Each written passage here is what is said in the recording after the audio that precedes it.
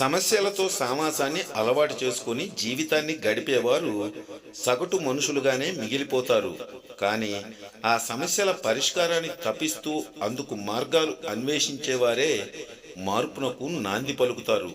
ఇతరులకు మెరుగైన జీవితాన్ని అందించి స్ఫూర్తిగా నిలుస్తారు.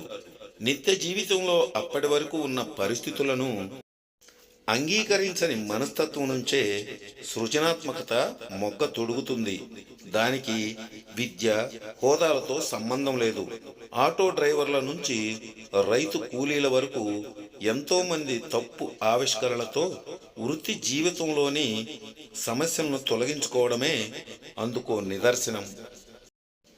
సముద్రంలో సూది పడేసి వెతుక్కోవడం ఎంత పిచ్చితనమో, మనపై ప్రేమ లేని వాళ్ళని ప్రేమిస్తూ నన్ను ప్రేమించు అని ఎదురు చూడటం కూడా అంతే పిచ్చితనం.